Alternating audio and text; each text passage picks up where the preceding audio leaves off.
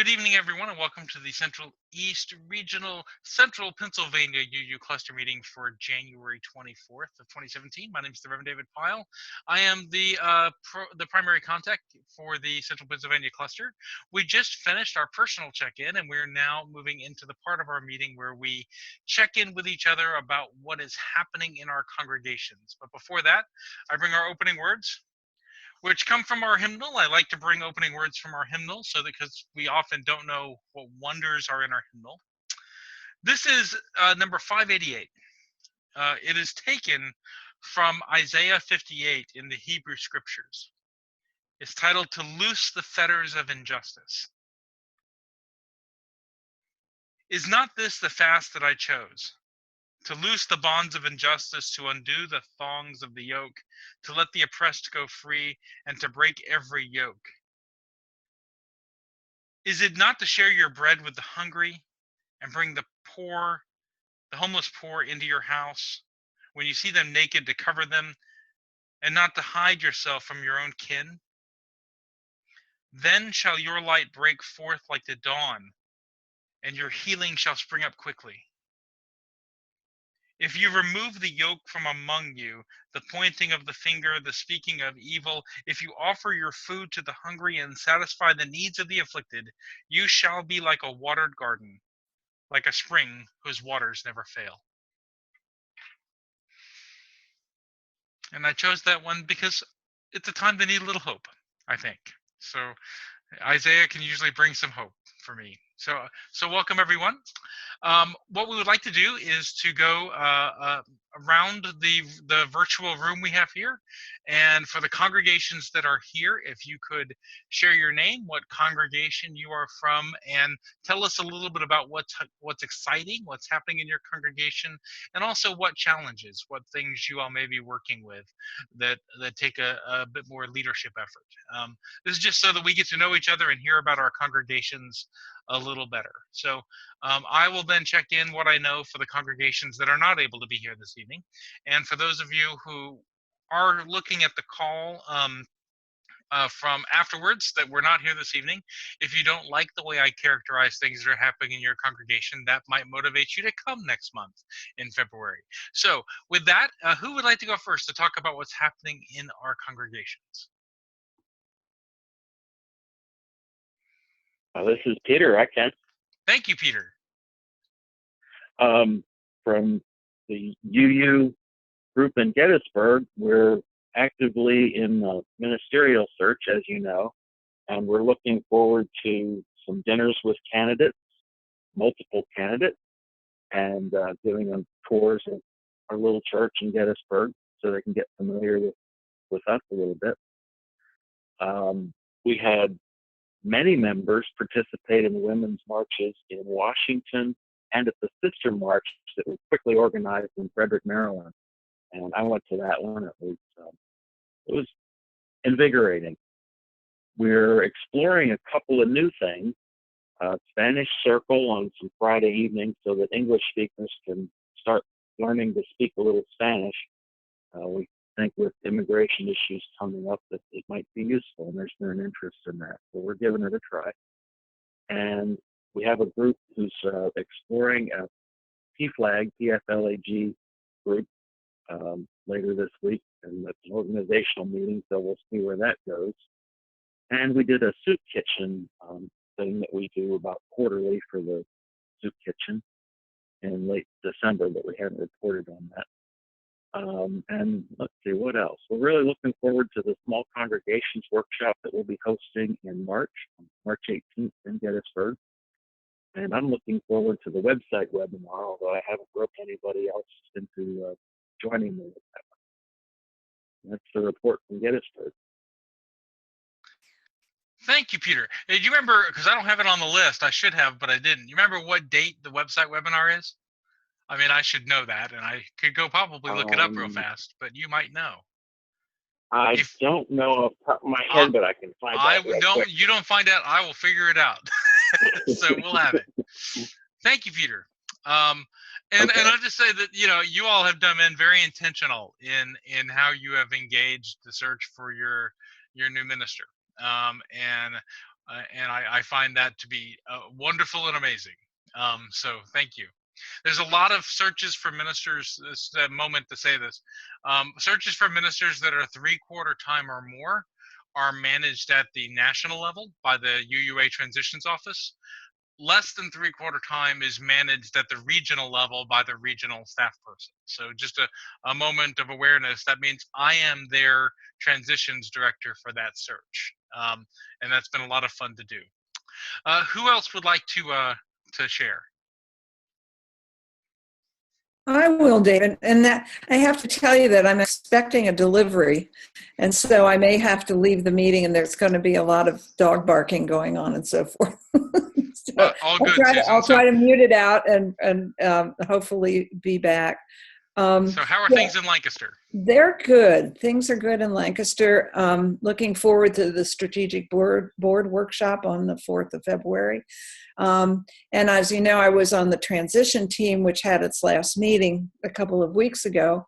And our committee is now dissolved, and we are in the process of reforming a committee on ministry that will carry on that work. And we have, I'm still trying to write the final report but we think it went pretty well. And, you know, we talked to Reverend Barbara about it. And yeah, we're getting involved in a lot of social justice things. And a lot of, they've been reading books.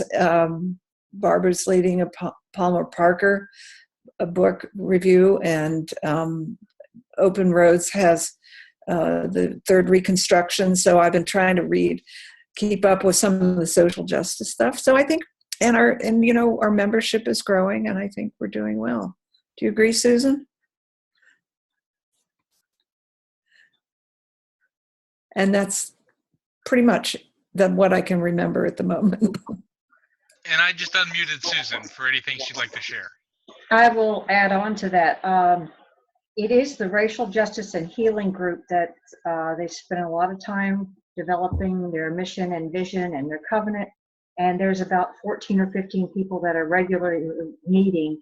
4 or 5 of them were just in DC for the Adore 3-day workshop. And I think All Souls Unitarian hosted them there. And then I and another gal went to Newark, Delaware, to Chris Crass's. It was awesome. It was just great. And I learned a lot, met a lot of nice people. It was great. We did take 2 busloads to DC. There's 106 people, but I think only about 60 were from our church. But the others, it just sort of, they were friends of friends and former UUs who are now like re-energized to come back. This week, I guess we host the UU Plan people. They'll be in our service on Sunday, and then we have a workshop afterwards. So that's great. And then our membership team is getting ready to do another Pathway to Membership session in the very beginning part of March. So Reverend Barbara's trying to get us up to, we were all nervous about doing them in the past, but now we've got a handle on it. So this will be our first one of this year, but we'll probably be able to do 3 this year. Let's see. We ordered more of the UU Seeker magazines, another stack of 50 or so. And what we tend to do with them now is when a visitor comes into the church, rather than giving them the packet of all our different brochures, that's the first little handoff kind of thing. So I feel I'm ready for the second edition, whatever that's going to be. I'd like the UU Seeker too, so I'm ready for that. And our worship associates group in the church is meeting monthly, and under Reverend Barbara's guidance, they're under her guidance, right? We are really focusing on deep, meaningful Sunday morning worship. And there's been changes. We're trying to be really careful about the timing of the changes, but it's designing worship to be to allow people to go into being deep and transformed and then back into being part of the church family. So I really have appreciated that. So I'm sticking around. Thank you, Susan. And I just had one request I wanted to make. And that is if you would be willing to write an email, either directly or you could send it to me, to Chris Walton he was the senior editor for UU World. Yes, he requested, right. Just to hear back, because congregations that have really taken to the Seeker magazine, they need to hear from them. This was a thing that they did as sort of a risk, and so they need help justifying what they've done. So if you could help them, if you do want to see a second edition, sending them some love would be good. He did just send out an email that said, I understand that you're ordering and would you give us some feedback? So right. I will take care of that. Thank you. And he has said the same thing to us, so I'm just passing that along. Thank you. So who would like to go next? And I'm going to mute you, Susan, for a minute, if that's okay. Sure. Who would like to share next? Somebody just spoke up. Who else? Why don't you go ahead? Sure. Okay, I can go. All right. So my name is Amanda Richards. I'm from the UU Fellowship of Center County in State College, Pennsylvania, and we are, as it sounds like several congregations are, in the middle of a search for a minister. So that seems to be going well. The search committee is chugging along with everything, and they seem to be still speaking to each other, which I think is good. So let's see, what else is new? I have a little list here, so I didn't forget anything. We're starting preliminary stuff for the pledge drive, which will really get going in about a month, I think, but they're just starting to get early stuff going. Our auction is February 4th, so that's our next kind of big fundraiser push. So it has a Mardi Gras theme, so we're encouraged to wear all the fancy clothes that you can't wear because we live in State College, purple and glitter and all that. So it should be fun. David just got done with a governance assessment of us and now has a deep and intimate knowledge of our bylaws and policies and all those good documents. So we're working on moving forward with that.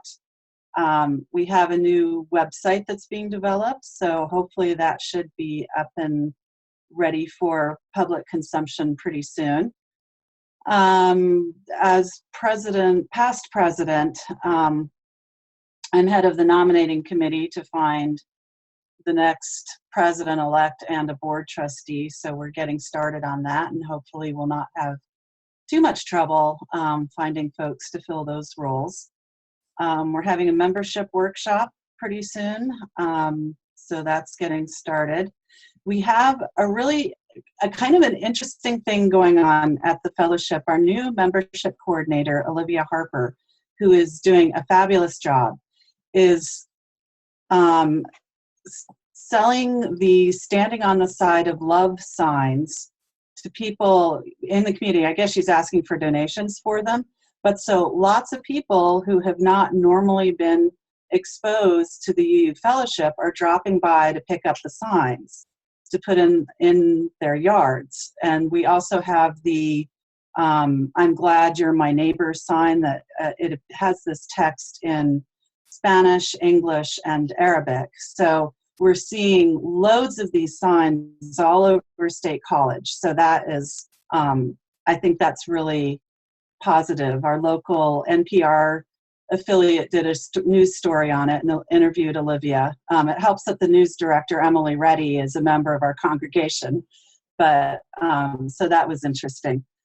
And of course, we had a lot of members go down to the Women's March in DC, and I think also to other marches in the Mid-Atlantic region, shall we say. So the day after the march, I went to a service at Fairfax Unitarian which was on the Women's March, and it was fabulous. And so I would really like to do a service about the Women's March and what its significance and going forward. And, you know, I think the best sign I saw there was, what will you do on Monday, you know, after the march? So actions for going forward. So we're talking about how to make that happen. So I think we've got lots of good stuff going on.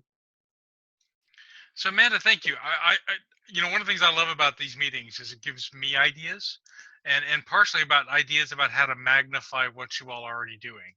I'm going to send you an email. I want to do a story for the Central East Regional News Blast that we send out to all 198 congregations on what you all are doing with the Standing on the Side of Love signs. Oh, sure. That's a powerful thing. Yeah. And you know, I want to do a story about that. So I will send you an email, and we'll pick, Okay. if you're willing, pick a time, and you think about who I should talk to in the congregation if it's not you. Yeah, maybe sure. I should talk Yeah, to we can Olivia. Maybe I should talk to Yeah, Olivia. Olivia and Bob Menard. All right, and I'm gonna want to do just a quick interview with you all, and I'll write up a 3-paragraph news story that can go out in the Central East Regional News Blast. Okay. So thank you. You're welcome. That's cool. I've never even thought of just, you know, for donations, give it, you know, the Standing on the Side of Love banners. That's I Caitlin think she's Breedlove, handed out- who's the director of the Standing on the Side of Love, is going to go happy. I mean, that's anyway. So thank you. Yep. I think we have York. Who would like to go? Lynn or Cindy? I don't know. Maybe we should both go on, and we can, you know, just creative combustion. York is great. York is doing awesome things, and so the search committee seems to be humming along, and the board has been doing these powerful questions to start getting the congregation used to the idea that the congregation feeds the vision, the board shapes the mission, the vision, and then hands it off to be implemented. And hopefully that is going to continue to work as they clarify leadership roles. We're going to launch our Abundance Appeal on Sunday, and then our midpoint of the campaign is going to be our big stewardship event. And instead of having a fancy dinner, there's going to be a party after church, the I Love UUCY party, and it'll be multi-generational and fun. So that's great, and the auction team for our April 8th auction is underway, and that's going great. And we have this awesome seminarian in our congregation who's doing all sorts of wonderful things, like being a CPE student at the hospital that is almost literally next door to us. Let's see, what else is awesome? I am, you know, they're developing their social justice leadership. That's been an interesting transition. And so there's a meeting that I am not at right now for the congregation to have a more open process for deciding on their Share the Plate recipient. And York does their Share the Plate recipients quarterly. So they have 3 months to really develop a relationship with their funding partners. And I think that's working out pretty well. And this quarter, our partner is the Pennsylvania Immigration Resource Center. And that has been a good wake up for them. So just lots of great stuff happening. More great stuff than can be brought to conclusion before their next minister comes in. So the next minister will receive a congregation that is in motion. And yeah, Cindy, what else do we got? Oh, the racial justice team. Cindy can speak to that. They're also doing great stuff. Yeah, we have a racial justice team that's been really energized. What's really exciting, part of the powerful questions last night was one, and it was about, you know, what should not only the York congregation, but UU churches in general, what should we be doing? Where should we be putting our energy in light of the election? And it was just a great discussion last night, a lot of real collaborative brainstorming that really lifted up the need to be more socially engaged as a congregation. And we came up with some really great ideas that you'll hear about, Lynn. And we'll see if they have legs and they get going. But we're really talking about doing a coordinated effort, like doing a quarterly insert into the bulletin to let people know of all of the social justice things that are going on within our congregation. And because we have the share of the plate, we know about that, but we don't know how much money we generate. You know, there's some people in pockets. So just putting more of an effort on that. We were looking at combining, you know, how we could maybe even go deeper to support different efforts than we have. And it was just exciting because there's so much energy in the room bouncing ideas around. Another thing that's been really fun to watch, Lynn, is there's been a more of a passionate interest in finances. And we were at a point where it was kind of, people weren't stepping up, everybody was kind of hands off. And so there's two people that did a task force, and they put an amazing presentation together about reworking our finances and, you know, how to present and coordinate all the financial aspects. That has a lot of energy around it. And along with finances, we were talking last night how we were having financial considerations. We were pulling on our endowment, and they were saying last night, this is the first month that we haven't pulled on that for a while. And there's just a lot of really good things going around. From 2 years ago to now, it's hard to imagine it's the same congregation, and yet it is, and we're just more of who we wanted to be. So it's good stuff. Thank you, Cindy. So anybody who is on the call, since you've heard other people, remember something you wanted to say but forgot to. What we call an alibi in the military. Just one thing about the standing on the side of love signs. Our youth group sold them, you know, coffee hour and things like that. I have one, you know, in my yard, and it just was within the church. But that's what I like about this meeting, that we get ideas that maybe it can go, you know, on out of our church in some way into the community. And I really like hearing that idea. So just another thing about that. Yeah, I'm fascinated by that idea. That's great. I like it too. All right. Anybody else have anything before I share what I know about the few other congregations that are not here? Which are four congregations are not with us. So we have 4 that are here and 4 that are not. One of them is the Unitarian Church of Harrisburg. I spent some time on the phone with the Reverend Mike Walker this week. They're doing well. You know, they have decided to go for what will end up being a 5th year of interim. So 1 more year of an interim ministry. They had 2 years with the Reverend Eric Poza, and then 2 years now at the end of this year with the Reverend Mike Walker. And they've done a lot of deep work, a lot of relational work, a lot of community work, and they're really in a much better place than they were before. But in doing that deep work, they prioritize the work together, the relational work, over doing all the work to get ready for a search. So they made the decision that we're going to go 1 more year, specifically to be a year that's about search and about us focusing on search. They have reached a level of financial stability that a few years ago might not have been envisioned. And they've done that in part through some good work internally, and also through the development of their second campus, the Market Street campus downtown, into a community services center. That development is ongoing, but it looks like it's, you know, they're very, very hopeful that they're going to be able to transition that space into a space that is shared by many different nonprofits in the Harrisburg area who provide services to that downtown community, and to do so at a place that not only helps pay for that campus, but also integrates them in the deeper community in a powerful way. So I'm really excited for them. They are for anyone who has taken Healthy Congregations. They are transitioning their Healthy Congregations task force into a deeper model of conflict engagement. And so one of the things they've asked for is some real conflict engagement training in Central Pennsylvania sometime in the next year or so. So I'll be talking about that when we get to talking about the programming.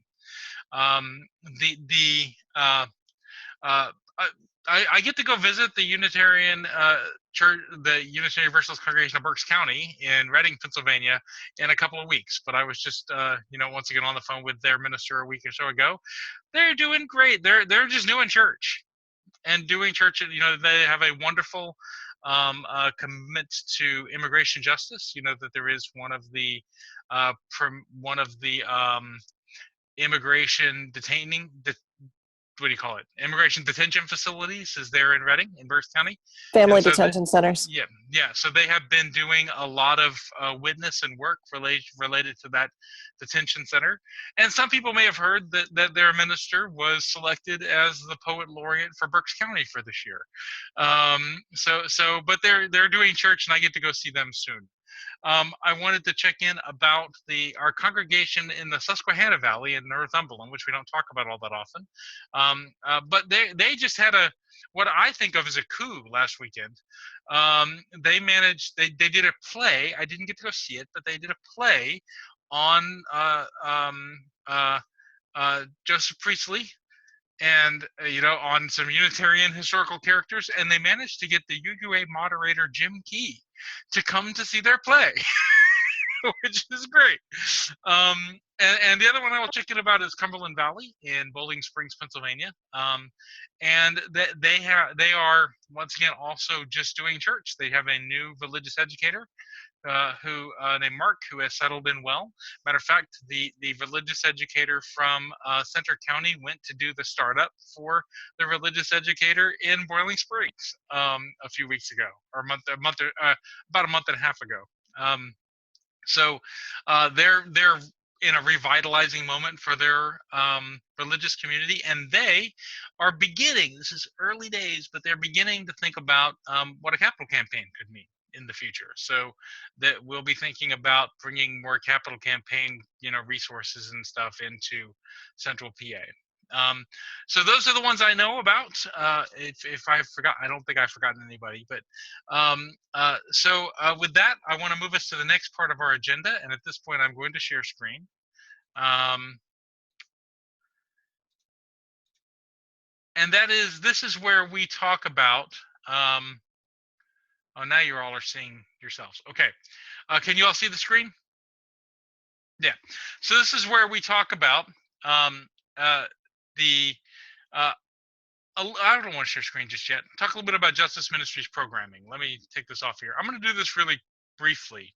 I put into each one of these agenda items a discussion about something related to programming, something related to the UUA, and this was a request that came from you all through email, was to talk a little bit about the changes that are happening in regional Justice Ministries programming. Some of you all know that, and we're going to talk about it in a few minutes, and Cindy, I'll invite you to share a little bit, so just so you know. We are in the process, we have approved a plan for a cluster racial justice event sometime late spring, I think, but the date's still in the air, being led by the Reverend Paula Cole Jones and being funded by the Central East region. So it'll be an event that there is, we're not looking at a cost for, except possibly a cost for lunch or something like that. And that's one of the first pieces of the new program, is what we're calling a congregational capacity building and general justice programming. There are two levels of that. The first is, primary contact consultation. We're now at the place where all of our primary contacts, including myself, are able to do basic justice organization consultation with congregations. What types of organization work in your congregations, how you organize around a particular justice issue, how to connect with other institutions in your area, how to connect with other institutions in the UU world. We had originally planned that that was going to be a single justice ministries program manager, and we found that, and that was me, frankly, and we found that that was too much for one person to manage for 198 congregations. So we have instead built training for that into your primary contact. So just to say that if you are planning a justice program or event, your primary contact can help you make those connections and think through how to do that well. We're going to be doing workshops and events driven by congregational demand. And the vision for the next year and a half or so is that those workshops are going to be cluster-based workshops based on racial justice primarily. We're doing kind of we field tested this idea in the Philadelphia cluster, and it was transformative for them.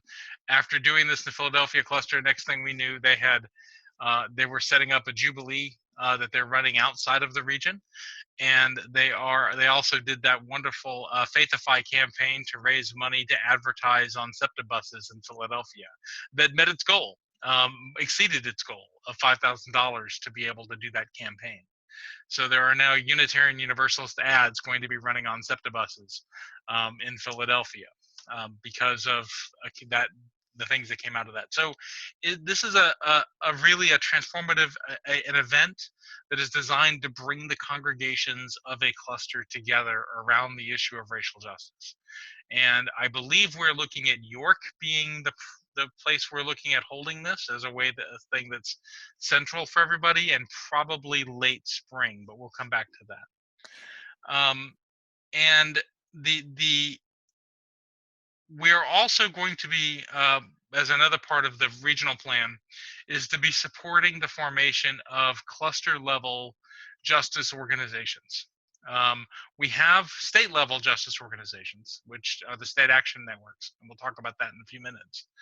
But we want to, in some areas, such as we've got a few where they've been formed around surge chapters, cluster level showing up for racial justice chapters. And we also have had a Black Lives Matter support group in one of the cluster areas. This is not something we expect of every cluster, but where there is the energy to build cluster level justice organization, the regional staff is putting a priority behind doing that. Feel free to pop up with any questions if and when you wish to. The other role that the regional staff is planning on playing is coordinating and convening congregations on behalf of the wider Unitarian Universalist justice universe. Now that's my language, because we Unitarian Universalists have a lot of justice organization. And I'm not complaining about that, but we between the Multicultural Growth and Witness Office of the UUA, to Standing on the Side of Love, to Diverse and Radical Unitarian Universalist Multicultural Ministries, we have a lot of, to the College of Social Justice, to the Unitarian Universalist Service Committee. There are a lot of elements in the Unitarian Universalist Justice universe. And one of the things that we've noticed is that they don't always, and of course our state action networks, they don't always do so well connecting with congregations directly. It's because their experience is usually more at a broader national level. So we're rethinking how we as the regional staff can help congregations, help those organizations better understand what are the challenges and what are the priorities of our congregations, rather than expecting our congregations to adopt the priorities of those national organizations. And also help the congregations see how what they care about can also be lived through connecting with the wider UU Justice universe. So kind of a bridging role between those. And one of those is we're now have every, the members of the Central East Regional staff are now serving as direct and official liaisons to the state action networks. We're doing that on a basis of who has primary contact responsibilities in those areas. So as of right now, I am the liaison to UU Plan. although we may shift that in the next 5-6 months or so. And Patricia Infante may take that on as the brand new UU Delaware Action Network gets its feet underneath it, and they need a liaison. In which case I would shift there. Does this make sense? The idea that we're looking to play more of a bridge role between the wider justice universe and the justice work of congregations? All right. Most of our work is non-issue based. We did not want to be in the place where the regional staff was coming up with issues that we want congregations to worry about. There's lots of other groups that do that, with one exception. And that is the regional staff has a long-standing and ongoing commitment to racial justice, and that we will create programming specifically for racial justice. We will, bring a racial justice and multicultural lens to the work that we do, even when it's not directly justice related.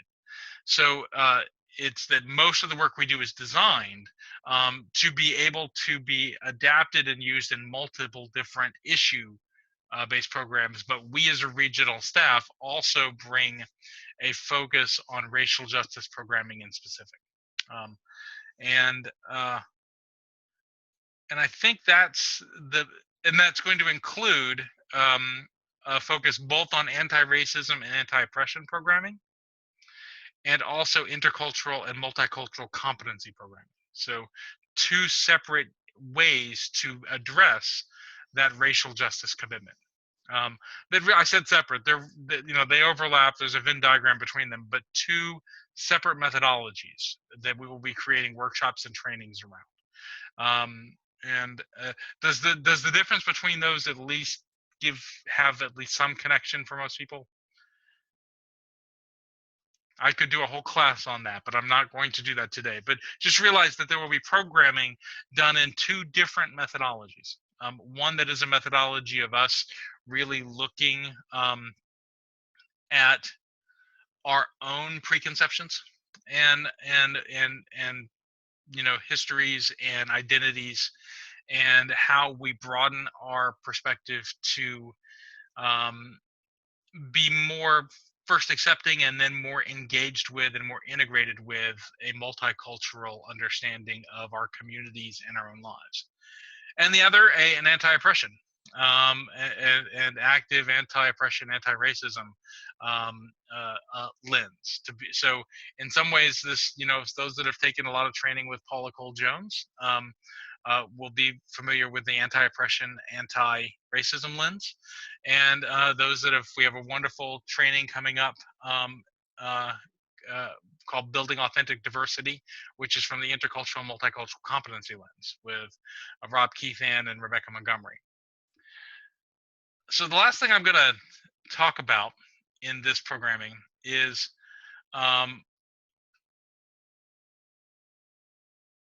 we're also building into our system at the regional level some direct support for Unitarian Universalists of color as a part of our racial justice programming.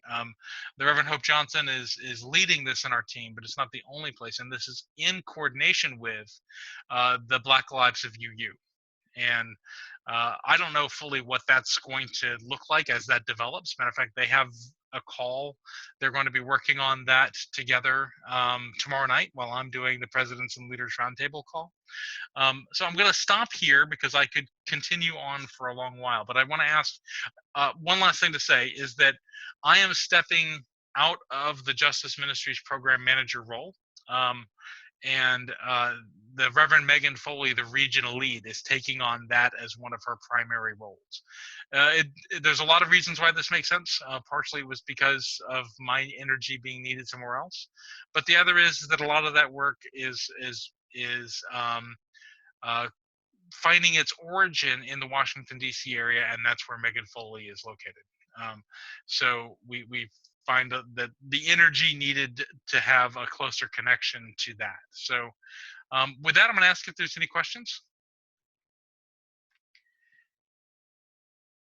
Susan, you're muted, so I will unmute you. Go ahead. Did you call that Building Authentic Diversity. Diversity. All And we'll right. talk about that in a minute. I'll show you the dates and everything. All right. I'm good. Is it still good that I do this little soliloquy in these meetings to talk about some program area or something? You can mute Yeah. me. Okay. All right. So thank you all for listening to my little soliloquy. That you know, this is recorded, so somebody may watch this and I may get in trouble for misframing something. But I want to share screen for a minute and move us over to talking about upcoming programming for the Central Pennsylvania cluster. All right, can you all see that? All right. So upcoming, the first one is a stewardship workshop that is about the annual pledge campaign. Now, this was scheduled for January 14th in Columbia, Maryland. It had to be postponed due to some weather that didn't fully materialize, but we were very much afraid it would.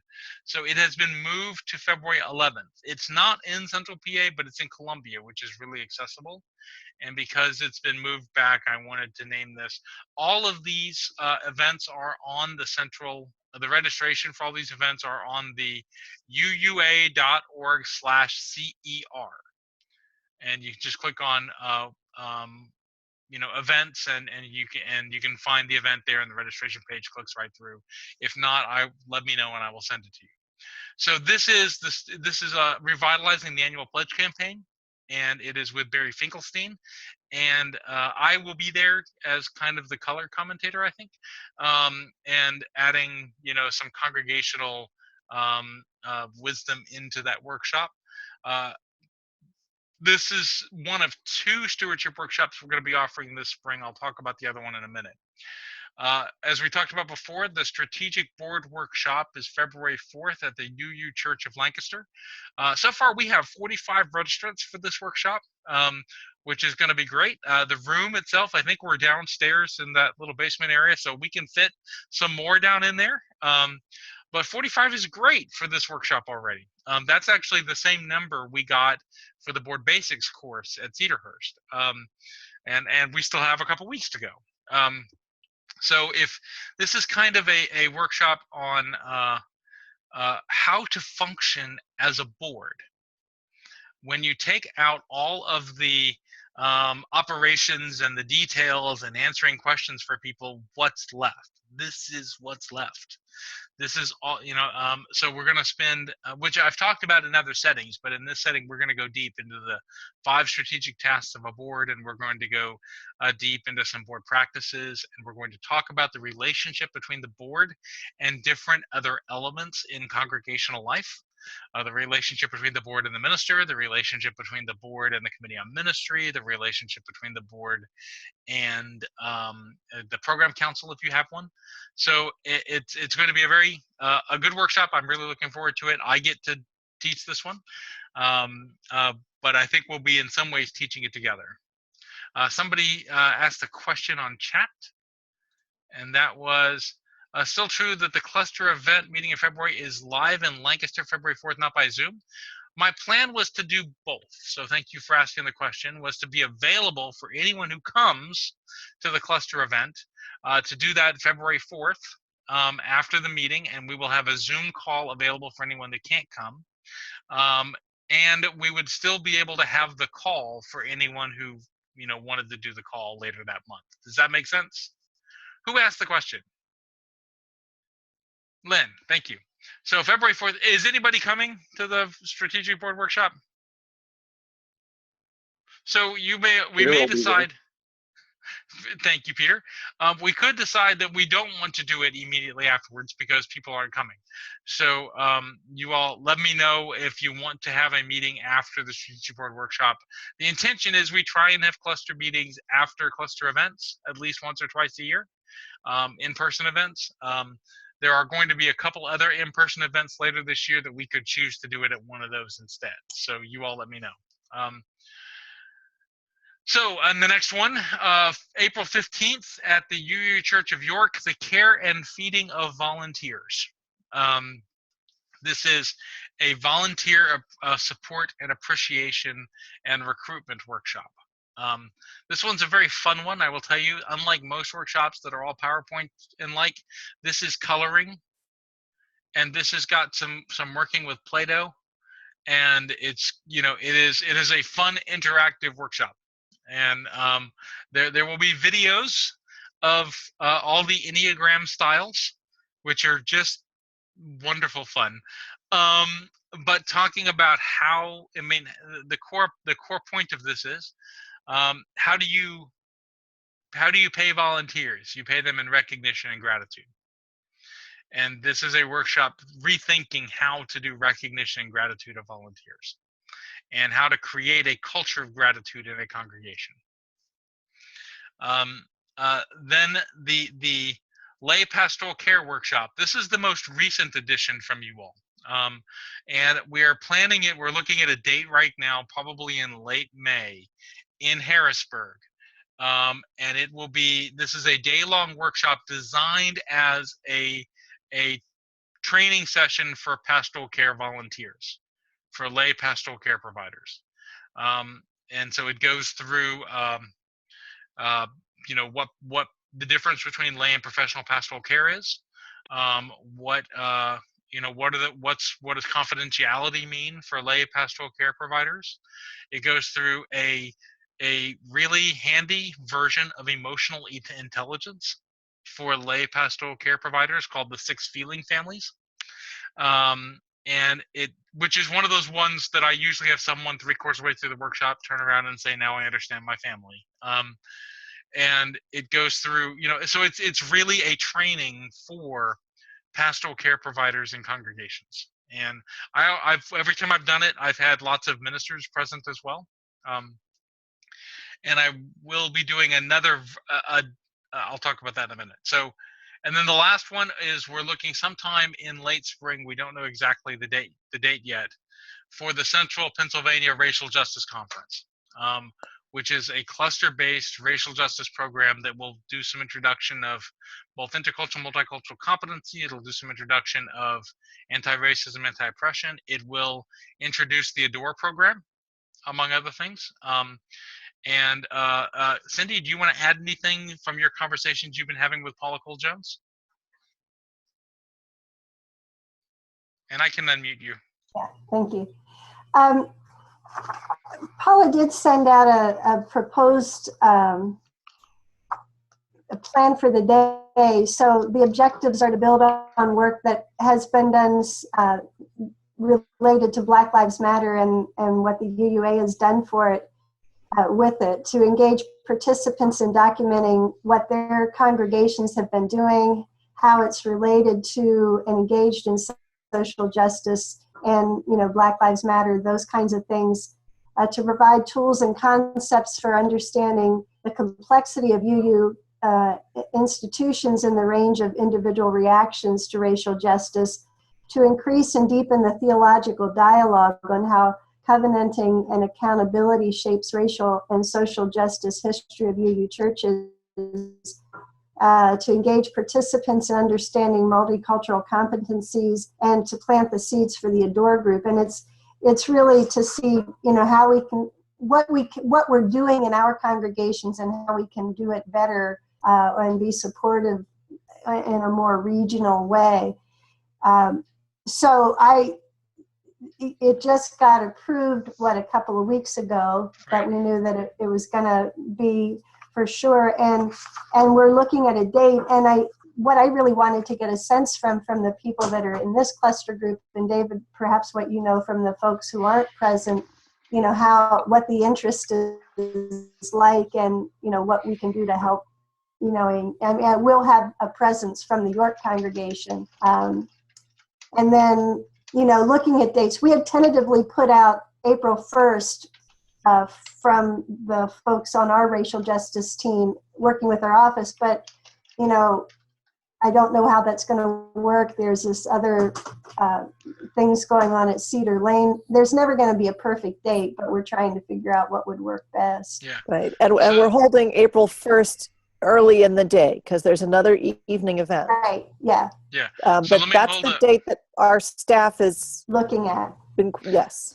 Yeah. So April 1st is problematic in a lot of ways because that Okay. is the full Central East Regional Leadership Day that Okay. has 4 events across the country. I mean, across the region, and it's Well, and big let's teleconference. The piece there is that the big piece there is that earlier in the day that day is the on April 1st is the debate among the presidential candidates for the UUA presidency. Okay. That we are hosting. So, Okay. you know, you could make that part of the program, I guess, that you wanted to be an alternate site for watching that debate.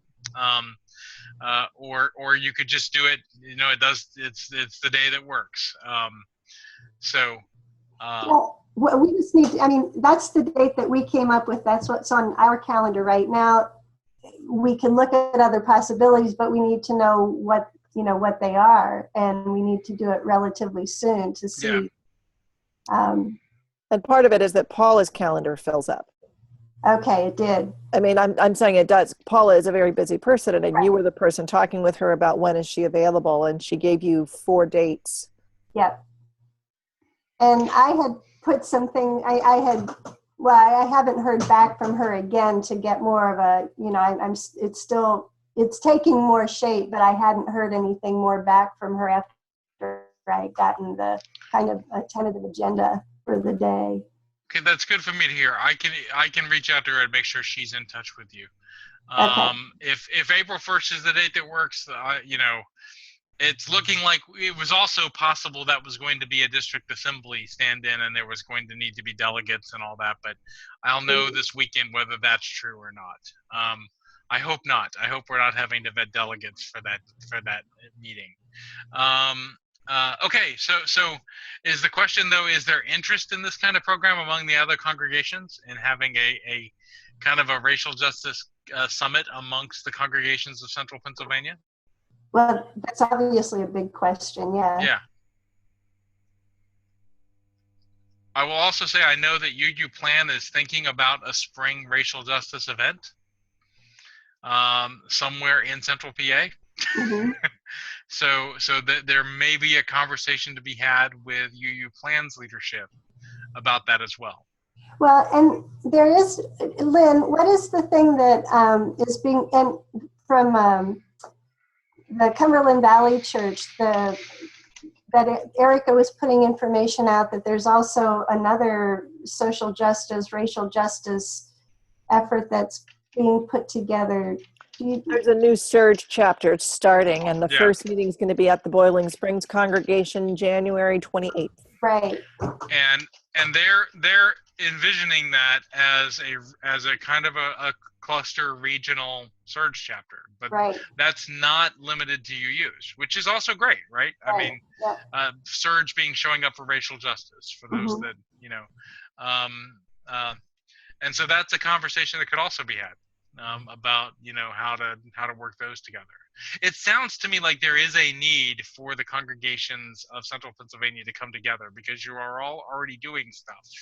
Right. And how you're able to come together to find out how those plans and programs can work together. It seems to me it's the right time. If we were to make this, say, a satellite of the April 1st Leadership Day and have a viewing by Zoom of the debate followed by the racial justice workshop, or with the racial justice workshop bracketing that, what would that look like? What kind of timing would we be talking about? I believe that the debate is from 10 to noon. That's the time they have set for the questions. There's a tool going to go up in the next week or so that will allow people to submit questions as an online, you know, for the presidential candidates. There'll be a group that vets them and chooses amongst them. So just because you submitted your question doesn't mean it'll get asked in exactly the way you want it to. But, you know, I'd say it'd be powerful if there was a racial justice question submitted by the congregations that are gathered for the racial justice program. And just because you have some people that are at the racial justice conference, that doesn't mean that others couldn't go down to the actual leadership day to see it, to be there in person in Bethesda, right? So Right. it could be that there could be a both and here. We are already having satellite sites for that leadership day, for the debate in particular, in Rochester, New York, in New York City, and in Columbus, Ohio. And there are 3 or 4 more satellite sites that are in process. So you would not be alone in being a satellite site. They're allowing 1 debate per region. So we have leveraged that into making it using and we chose Cedar Lane because Cedar Lane is wired for video and sound. So we're going to have the ability for people to see that debate in different. So this is an idea. Yeah, it sounds like Paula's idea is a full day, so we'll have to consider whether that's going to be possible. The event that's at York is a Susquehanna Folk Music Society concert in our sanctuary. So we really need to be out of the sanctuary for them to come in to set up in time. But if our event is small enough to use some of our other spaces, that opens up more possibilities. So there's a lot of negotiating to do. So I think we probably need to take this one into a conversation with Cindy and me and maybe Lynn and Paula and come back to the cluster. But is there enough affirmation among the group that having a conference like this, that we bring the congregations together on the issue of racial justice, is a good idea? Okay. Thank you all. So. All right. So that was affirmative because I only saw you and Lynn. So there is an interest. There is. Okay. And I know that I've also heard from Harrisburg there is an interest, and from Reading there is an interest, and from Cumberland Valley there obviously is one. Mm-hmm. They're doing a lot of work around this as it Okay. is. So this is the point where I then ask, are there any other programming ideas? We're not yet into the space of planning the fall, but we're getting to the space of beginning to think about planning the fall. Are there any other programming ideas that you want to put into our ether to begin considering for the Central Pennsylvania cluster? And you all can say no, because that means I get another month before I have to start thinking about stuff. Is there an interest just building membership and something focused on membership? I'm just throwing that out there as a question. Is there an interest in that? So we're planning for the late spring a witnessing workshop, which is it's not really building membership, it's how to talk about Unitarian Universalism in your life. Okay. It's how to talk to people about why this faith tradition is important to you. It's not an elevator speech, it's why does this matter to me kind of workshop. So we're thinking about that in Ellicott City, Maryland sometime in May, which is a possibility. We could think about a membership, are you thinking more of a membership growth or membership practices? Kind of a combination. I think probably everybody's had the experience since the election. There's been a lot of response to congregations, and really just wanting to make sure that all the new people that are coming in are brought in well, and then always the questions that you have to make sure that the whole membership is being taken care of. So you'll see I just typed up there. I had a phone call earlier this week with Mark Bernstein, who has said he's ready to come back doing stuff again. So for those of Mark Bernstein, you may not know, Mark is the former growth consultant for the JPD and for the Central East region, who left our staff, but he's now coming back to be an adjunct consultant. So we could possibly put together Mark coming back and doing a revitalized growth and welcoming workshop. So let me begin thinking about that. Thank you. Any other ideas? Has there been anything done on leadership, like developing leadership in congregations? So I got a couple. We are we remember for a long while we did Healthy Congregations as the primary in-person leadership development program. We've put a moratorium on Healthy Congregations for the moment because they're not updating the material. And we have been vetting some different programs, one of them called Smart Church, that is where I think my heart's going. That is kind of like Healthy Congregations, but it is created for and amongst Unitarian Universalists. We own it. And it's, you know, the examples are all UU examples. They're not Methodist examples. The materials are all, and so it is created by the Southern region of the UUA. We're doing some training with them. But we have for the last little while been focusing on leveraging the UU Leadership Institute. So uuinstitute.org is an online leadership development school. It's a seminary for lay leaders. And congregations you can take the courses that are online individually, or you can take them in a group. They operate in where you watch, 2 modules. You sign up for a class, you view 2 modules at your own time and your own schedule, and then you come together for an online seminar discussion. And then you watch 2 more modules and you come together for an online seminar discussion with the facilitator. And you watch 2 more modules and you come together for an online seminar discussion. We've been leveraging that program, and it's more than just leadership development, but a lot of it is. So the answer is probably by sometime next year, maybe as early as the fall, I'm going to be looking for a location to actually debut Smart Church and test it in our area. Central PA or somewhere in the southern end of Central PA that could draw Central PA and Baltimore would be kind of an ideal space to do that. Unlike Healthy Congregations, which was a 4-weekend commitment, Smart Church is a 3-weekend commitment.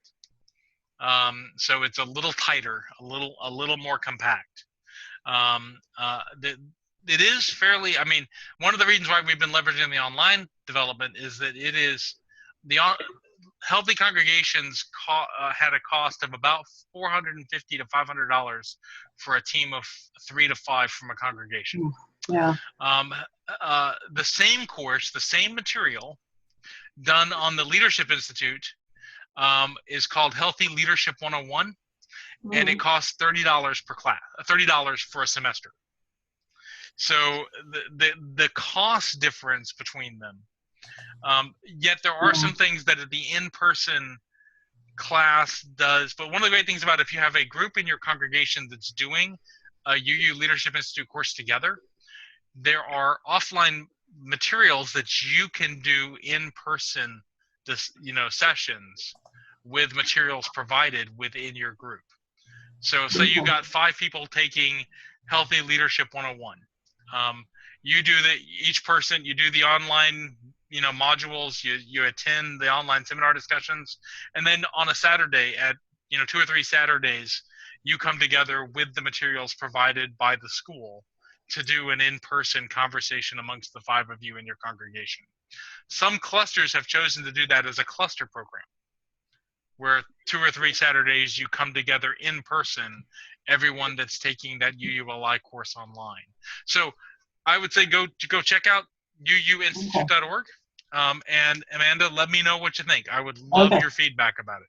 All right, will do. Thanks. Thank you. Everybody else already know about UU Institute?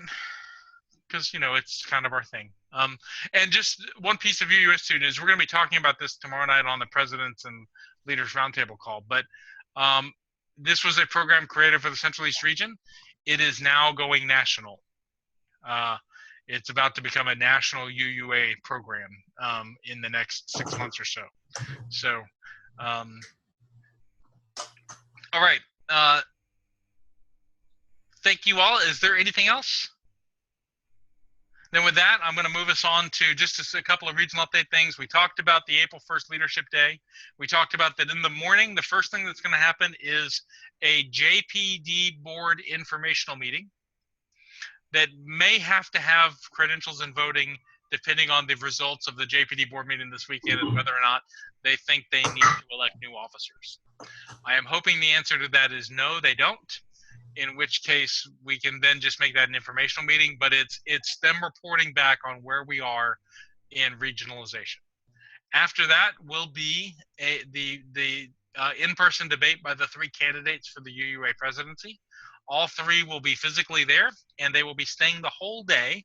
So they'll be able to be, they'll have booths and everything, you know, and they'll be able to not just have the debate, but also have one-on-one time with leaders who want to talk to them and get to know them. So we have the Reverend Susan Frederick Gray, the Reverend Jeannie Pupke, and the Reverend Allison Miller will all be coming.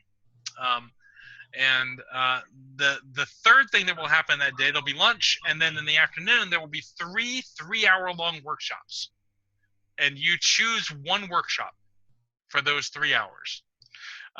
The 3 3-hour-long workshops will be all the stewardship that is not the annual pledge campaign with Mark Ewart and Bill Klontz from Stewardship for Us. So capital campaigns, special fundraisers, community fundraisers, all types of stewardship that are not the annual campaign. Online giving, legacy giving, all those kinds of things. The next one I will skip for a minute. The next one is Congregational Outreach and Growth Workshop, which kind of gets to your membership and growth question with Carrie McDonald, the Outreach Director for the UUA. So we're bringing the person at the UUA whose whole job is outreach for our association, Outreach and Growth. And Pastoral Care in Times of Challenge workshop will be done by me. And this is me with my other hat on. This is me as Chaplain David Pyle. U.S. Army Reserve and trauma chaplain, hospital trauma chaplain. So, and this is going to be kind of, in times of challenge, will cover both personal challenge and societal challenge. It's going to focus on pastoral care and justice work as one of the main aspects of that program. I like the idea that, you know, it's sad that you have to pick one, but I like the idea that you can go deep, that we have 3 hours for spending time with these. So this material will be going out probably next week to congregations to let you all know. But any questions about those? David, I have to go. Thank you. Thank you. See you later. The truck is here. We're almost done. The truck is here, so I gotta go. So the next thing I was going to share was the Presidents and Leaders Roundtable meeting, which will be Wednesday, tomorrow. It's always the 4th Wednesday of every month at 7:30. It's actually in the same Zoom meeting room you're in now. So if you just clicked on this link, if you don't have it, it's for any congregational lay leaders who want to attend, but it's focused mostly on board lay leaders. This month, the featured staff person is the Reverend Renee Rahutsky. The featured program is the UU Leadership Institute. And so the Dean of the Leadership Institute is going to come and present on the Leadership Institute and present on the plan to take it national. We've been focusing on Central East regional staff up to this point, but starting in March or April, we're also going to start bringing in national staff for that call. So it's Nori Gall and possibly Reverend Vale Weller from the annual program fund will be our featured guests for the March. I think it's going to be March. It'll be March or April to talk about the new unified ask that is coming towards congregations. So letting you know beforehand, they'll talk about the unified ask that will start next year. In other words, there will not be a separate ask from the JPD or Surge and from the UUA. It's going to be one ask with all numbers. For the whole UUA. And can I ask? Yes. Can I ask what you mean by ask? So the annual program fund, congregations contributions to support the UUA. Oh, okay, got you. Right. And they'll talk about that for this next year, and they'll talk about the plans that are being put in place to transition the annual program fund away from a by member amount towards a percentage of common shared expenses. And I'm not going to preface that a lot, but they're going to come and do that call. So just so you know, either March or April is going to be a big one for the finance people in your congregations. And we're going to start regularly having not just regional staff, but also national staff available to congregational lay leaders on that call. So then there are, but tomorrow it's Reverend Renee and me. And then the small congregations workshop, which Peter mentioned, is going to be March 18th in Gettysburg. Peter, you want to talk about that a little bit real fast? Just that the main point is to get folks together to share some ideas of what we can do with real limited resources. Yep, and it's going to focus on growth, on you know, what Turning membership visitors means. into members. Turning visitors into members in the small congregation. And one of the things is realizing that, you know, we've for years, the UUA has had, and I mean UUA as in UUA consultants, we've had a preface of saying that small congregations needed to be everything to all people. And that's probably not realistic. The smaller congregations need to be able to find the things that they are best at that their community most needs. And so really talking about how to leverage what a small congregation has to do what it can do the best it can. But turning visitors into members, and Reverend Megan Foley, the regional lead, is going to be leading that workshop. And the last one I'll mention is the Building Authentic Diversity workshop, which is April 15th in Fairfax. This is a powerful workshop based in the intercultural and multicultural model, being led by Reverend Rebecca Montgomery, who is the assistant minister at the Rockville congregation, and Reverend Rob Keithan, who is the affiliated community minister for All Souls Washington, D.C. And I will also add that Reverend Rebecca Montgomery also brings what I think now 13 years as a U.S. Army Reserve and National Guard chaplain. So, and she is my superior officer. So that's always just a thing I say. So with that, I'm going to ask if there's any questions about upcoming programming. Thanks a lot. Is it still helpful for, I mean, I'm still learning how to do these with us. Is it still helpful for me to go through programming like this every month, or, you know, I mean, you all be thinking about it and give me feedback. What's best for us? Should we spend more time in conversation instead of a featured conversation? Should I ask you all a question that you share with each other? You know, we're still growing in how we do this together. So, and that comes next one. Is there any topics of conversation y'all would like to engage next month? I don't know. I don't have a topic that jumps out at me, but what you just said about it being a discussion topic instead of a conveying information topic was interesting to me. Yeah. Because, you know, you could record yourself a little YouTube video for us to download later. So I never wanted to get into the place where those were my presenting information, but in the first couple meetings, we weren't ready to talk to each other yet. So they became kind of my presenting, but I would really rather get to the point where we're asking a big question and we think about it over this month, and then we come back to talk about that big question. And I'll remind you all of it before the meeting. So what could be a big question for next month? I think the biggest question for me is, how do we work together?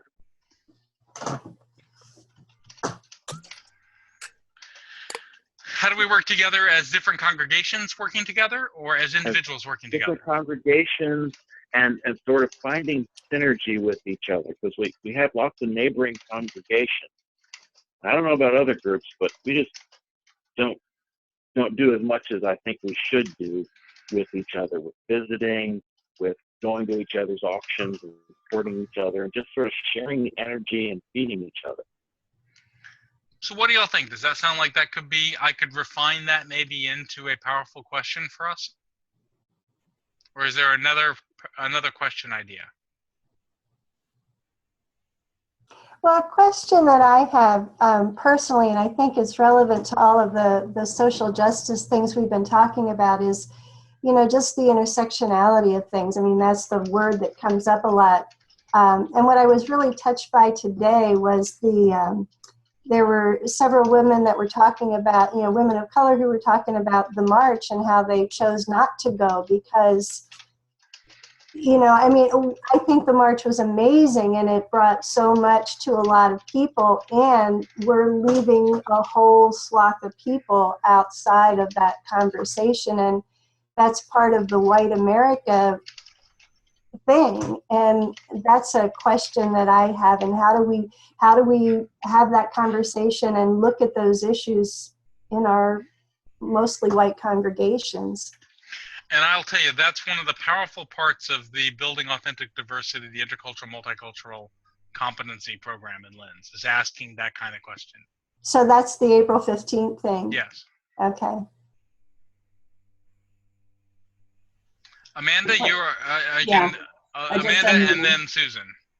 I think a question, I like the questions that have been brought up thus far, and one that came for me arising out of one of your comments is about whether churches, or in my case, the fellowship, should be all things to all people, or figure out the several things that you do really well and do those. So how do you balance that? Because, we're kind of the only game in town in State College. And so there's a kind of a feeling that, we have to be a really big umbrella.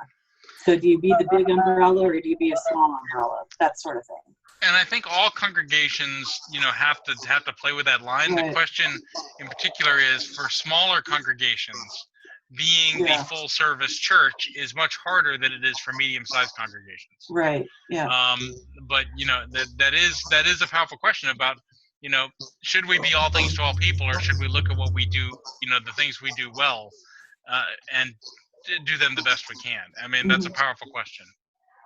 Susan? I have three items I'd like for you to address.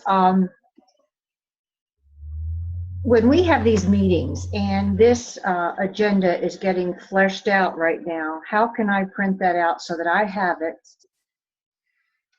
at my disposal so I can kind of work from it? I can send them out in this form. I send them out in the abbreviated form in the meeting notification. Right, But I can send it out in the full form if you all would rather have that.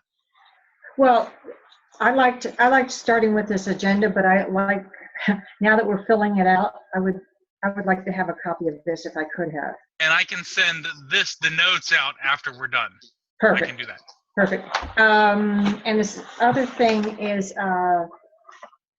I noticed when you share things, I go ahead and send to the office or the administrator or whatever, and they're already on top of something, and I don't want to appear to be saying, well, take a look at this, accounting for everybody in the church, because they're already on top of it. So I just sort of say, Reverend Pyle recommended I just forward this into the office.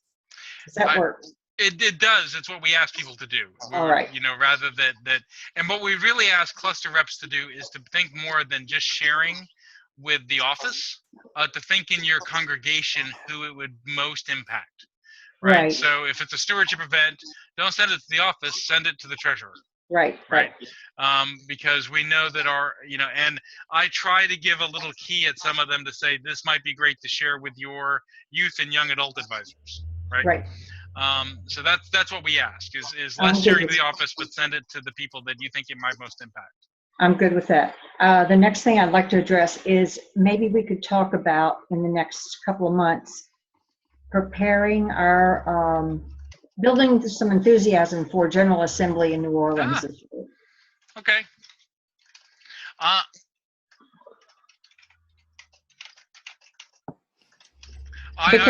just found out I get to go this year. So, I don't get to go every year, but I get to go this year. And I've wanted to do a kind of one of these calls and maybe a separate webinar that is a prep for GA.